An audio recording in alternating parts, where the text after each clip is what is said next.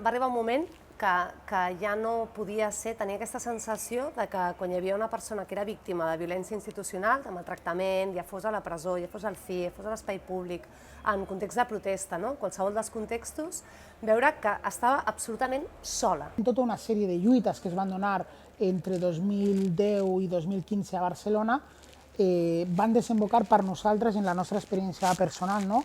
en Irídia, perquè enteníem que calia una estructura sòlida, professionalitzada, per poder-ho fer durant molts anys. Hem de tenir clar que hem avançat moltíssim. Perquè fa 10 anys que un agent de policia fos citat a declarar com a investigat als tribunals era molt difícil. Doncs això ja no és així. Aquest any hem fet públic que portem 135 agents o funcionaris de cossos i forces de seguretat de l'Estat investigats. El que està clar que el que hem d'aconseguir és un canvi cultural a dins del cos. S'ha de canviar el corporativisme a dins dels cossos policials. I per fer això, ho diem molt clar, ha de sortir més car fer les coses malament que fer-les bé.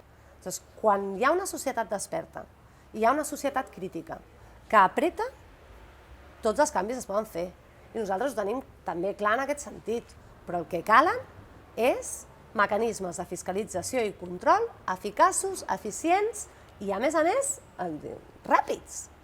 O sigui, és així com aconseguirem que no hi hagi una cobertura per part d'una institució i que un agent de policia tingui molt clar, o un funcionari públic, que si actua violant els drets humans hi haurà una resposta contundent. Que això no és acceptable.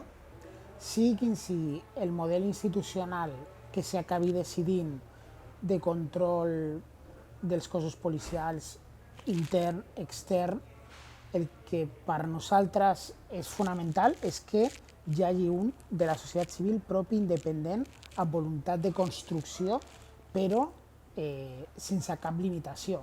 I això, allà, sempre ens trobarem a Irídia.